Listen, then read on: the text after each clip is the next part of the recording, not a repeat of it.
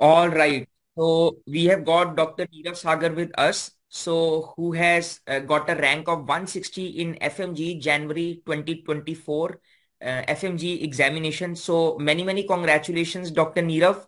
Thank you sir, thank you और so much sir. कैसा लग रहा है? सर एक्सप्लेन नहीं कर सकते फीलिंग सर, ऐसी फीलिंग है इस टाइम, बट बहुत अच्छा लग रहा है सर। थैंक्स क्या ऑल बात, faculty and dams family sir.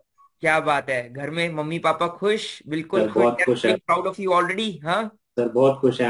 पहली बार मतलब अपनी वजह सर पेरेंट्स की आंखों में खुशी के आंसू देखे, तो उसको देख के बहुत मतलब एक आउट ऑफ द वर्ल्ड वाली फीलिंग आती है सर।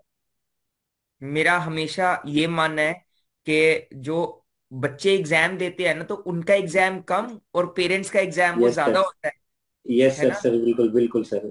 मैंने सर जैसे ऑनलाइन करा था, तो सर मैं अगर अपने रूम में पढ़ा करता था सर, तो मतलब मेरे को रूम से बाहर जाने की जरूरत भी नहीं पड़ती थी सर। सब सारी फैसिलिटी सब, खाना पीना सब अपने आप आ जाता था रूम में, कभी कुछ नहीं, अगर पानी वानी सब। तो मम्मी हमेशा इतना ध्यान रखती थी सर, चाहे रात के 1 बज रहे हो 2 बज रहे हो, हमेशा देखती थी हाँ उठा हुआ है, पढ़ाई खाने के लिए कुछ चाहिए। तो सर बहुत बहुत हमारी स्ट्रगल के साथ उन्होंने ज्यादा स्ट्रगल करी है सर। यस। तो doctor Nirav, you are from which medical college I am and sir. How did you start your journey with DAMS? तो बताइए, एक बार शेयर I'm कीजिए I'm लिसनर्स के साथ। from Bashkir State Medical University, Ufa, Russia. And sir, I dams के बारे में मुझे पता चल रहा है सर लास्ट ईयर में, जब हम तैयारी जैसे हमने हमने फोर्थ फिफ्थ ईयर में तैयारी तो स्टार्ट करी थी, बट वो एग्जाम फोकस स्टडीज नहीं थी। तो फिर जब लास्ट ईयर आया था एग्जाम फोकस स्टडीज करने के लिए, हमने अलग अलग कोचिंग से आया, तो सारी देखा तो डैम्स हमें बेस्ट लगी। जैसे फ्रेंड से हमने सबसे कंसल्ट किया, सीनियर से कंसल्ट किया, तो हमने सबने मिलकर फिर डैम्स लिया। तो फिर ऐसे मुझे डैम्स के बारे में पता चला। तो you were our online student, है ना? Yes sir, online. तो एक चीज मैं पूछना चाहता हूँ। तो ऑनलाइन में तो हम जो क्लासेस देते हैं वो लाइव क्लास देते हैं, live from the classroom in Delhi, है ना? तो how was your experience attending our live classes? Sir experience same ही होता है, जैसे कि ऑफलाइन का है वैसे ही ऑनलाइन का भी होता है, क्योंकि टीचर इंटरेक्ट बिल्कुल साथ के साथ कर रहे होते हैं। अगर आपको कोई डाउट आता है तो आप तभी आप पूछ लेते हो, स्टूडेंट तभी टाइप करके पूछ सकता है, तो तभी चैट पे टीचर रिप्लाई भी करता है। तो ऐसा लगता नहीं कि हम कभी अपने घर पे बैठ के पढ़ाई कर रहे हैं, ऐसा लगता है हम बच्चों के साथ ही बैठ के पढ़ाई कर रहे हैं जो वहां वहां बैठे हुए हैं। ग्रेट। तो डॉक्टर नीरव, हमारी अप्रोच कैसी थी? कैसे हम तैयारी कर रहे थे, थोड़ा शेयर करेंगे? जैसे क्लास हुई, उसके बाद आपने रिवाइज करा, उसके बाद कितने एमसीक्यूज आप पर डे करते थे? क्या मतलब, we want to know your approach. Yes sir. Sir पहले जब मैं बताना चाहूंगा, सबसे पहली क्लास हमारी सर आपकी थी, ऑप्थाई क्लास थी हमारी लगी थी। तो सर हमने स्टार्ट किया था, तो हमारा मेरा बेसिक अप्रोच ये रहता था कि जैसे जब मेरी क्लास हुई है, जो शाम के 5 बजे तक 6 बजे तक जो भी क्लास पढ़ा है, पहले उस नोट्स को कैसे भी एक बार रिविजन रीडिंग देनी है, फर्स्ट रीडिंग देनी है एक बार। तो उसके बाद मेरा जो होता था कि आपने सर एक ग्रुप बनाया था डेली टारगेट एमसीक्यूज करके, उससे फिर आपने मोटिवेट किया कि चाहे आप 20 एमसीक्यू कर रहे हो, उसमें भेजना है, आपको एमसीक्यू भेजने हैं। तो वो एक मोटिवेशन रहती है कि मैं चाहे 20 एमसीक्यू करूँ 40 एमसीक्यू करूँ, तो वो मेरे को भेजने हैं। तो फिर पढ़ के आधे के आधे 1 घंटे में सोने से पहले मैं अपने 20 क्वेश्चन 25 क्वेश्चन ऐसे धीरे धीरे धीरे धीरे बढ़ते गए। एंड एंड तक वो 150 तक गए फिर पर डे के। तो ये एक आपने बहुत अच्छा एक मैसेज दिया कि हमने एमसीक्यूज रेगुलर बेसिस पे करने हैं, है यस ना? सर। तो यस सर। मैंने बहुत सारे students they come to me and they say कि सर, जो थ्योरी करवाई जा रही है एमसीक्यू तो उसी में से आने हैं। तो जब हमने थ्योरी कर ली तो एमसीक्यूज हमारे ऑटोमेटिकली हो जाएंगे। मैं बोलता हूँ नहीं, हम्म। doing theory is one thing, but practicing MCQs is entirely a different thing. It is like training your mind so that you are able to pick up the right answer amongst the four options. Yes Isn't sir. it? Yes ये एक बहुत important message है जो मैं चाहूंगा हमारे listeners इसको take note करें, है ना? Yes. Very important. Now since you are attending our live classes, अब हमारी लाइव क्लासेस भी हैं, और उसके बाद if you somehow miss our live classes, the same classes are available to you in recorded format, है ना? तो अब जो लाइव क्लासेस थी, मैं जानना चाहता हूं कि आपने लाइव क्लासेस ही लगाना प्रेफर करा है, बीच बीच में आप रिकॉर्डेड भी बाद में देखते थे? तो आपका फोकस मेजरली कहाँ होता, प्राइमरी आपका क्या होता था, आप लाइव क्लासेस ही लगाते थे कि बीच में आप रिकॉर्डेड की तरफ भी थोड़ा थोड़ा जाने लग रहे थे? नहीं सर, मेरा मेनली फोकस तो लाइव क्लासेस था, क्योंकि अगर जैसे सुबह 8 बजे से क्लास है या 9 बजे क्लास है, तो एक मोटिवेशन रहता है कि नहीं उठ के पढ़ना है।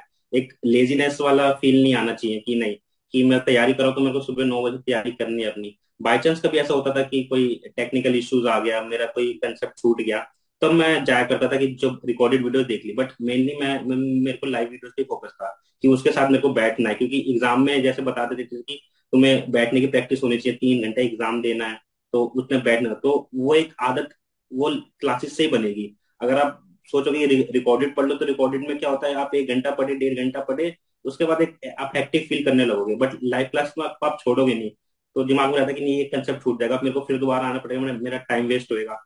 तो इससे अच्छा मैं लाइव क्लास करना प्रेफर करता था सर।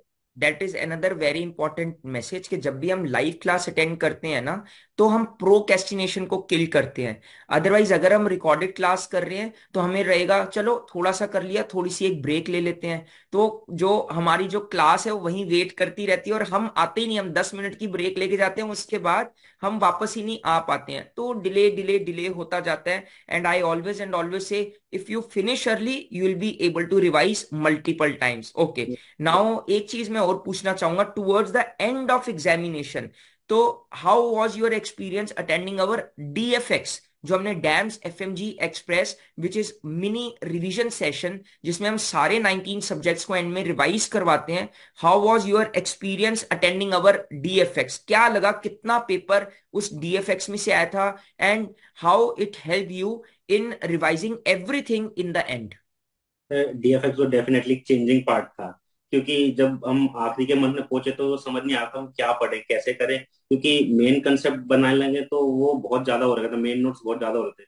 तो डीएफएक्स हमने आखिरी के महीने में मैंने कम से कम मैंने ऑलमोस्ट 3 बार रिवाइज कर दिया था, एक महीने में अप्रोक्स।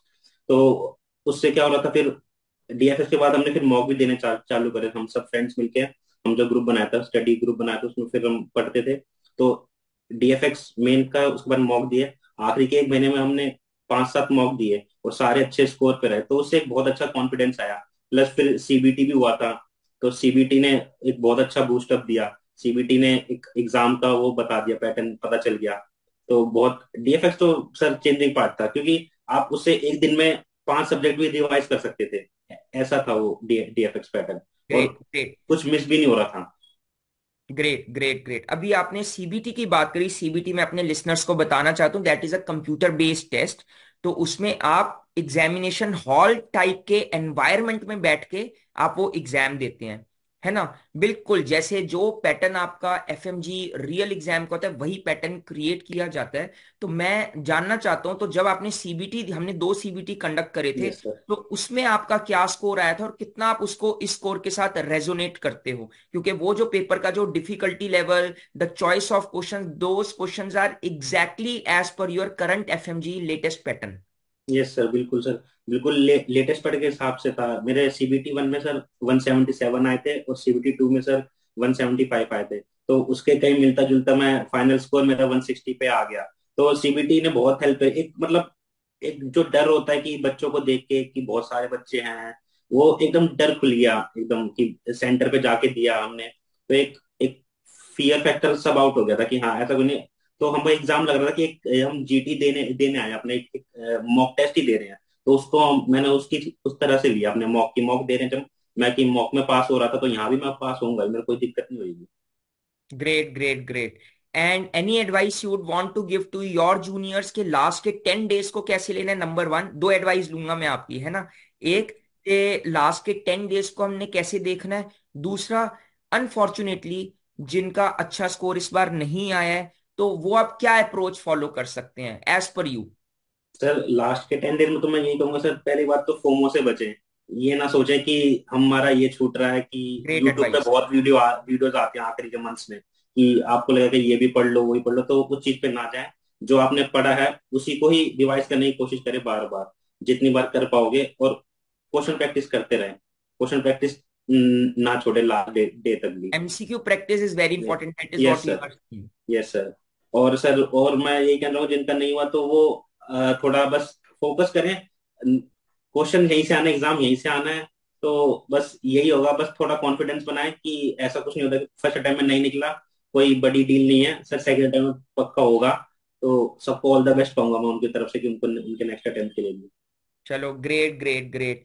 एंड अब मेरा नेक्स्ट क्वेश्चन है, आगे का क्या प्लान है, कहाँ किस किस सब्जेक्ट में स्पेशलाइजेशन करनी है, क्योंकि अब एफएमजी तो हमारा हो गया। सर अब हम नीट या next exam what ever happens, हमने नीट और नेक्स्ट को भी बहुत अच्छे स्कोर के साथ क्रैक करना है, बहुत अच्छा रैंक लेके आना है।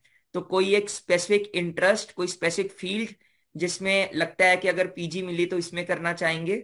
सर अभी अभी फील्ड, अभी इंटरेस्ट तो सर अभी मेरा दो फील्ड में है, जो थ्योरेटिकल पढ़ा है मैंने, तो उस हिसाब से मेरे को एक तो ऑप था sir, first of all your अरे सब्जेक्ट, और क्या बात and second one is ENT. मेरे को दो सब्जेक्ट में बहुत इंटरेस्ट आता है पढ़ने में। है, बाकी ग्रेट अब ग्रेट। इंटर्नशिप में देखते हैं कैसा क्या रहता इंस्पायर्ड है। Inspired by doctor Deepak Arora sir, हाँ। यस सर, यस सर, बिल्कुल। Wonderful wonderful wonderful. चलो, thank you very much doctor Neerav, we thank you. Congratulate you and give our best regards to uncle aunty and everyone at home. Thank you sir, And thank you. yes, see you soon sometime around, and yes sir, best wishes to you. Take care. Thank you sir, thank you sir, thank you, Bye bye. bye.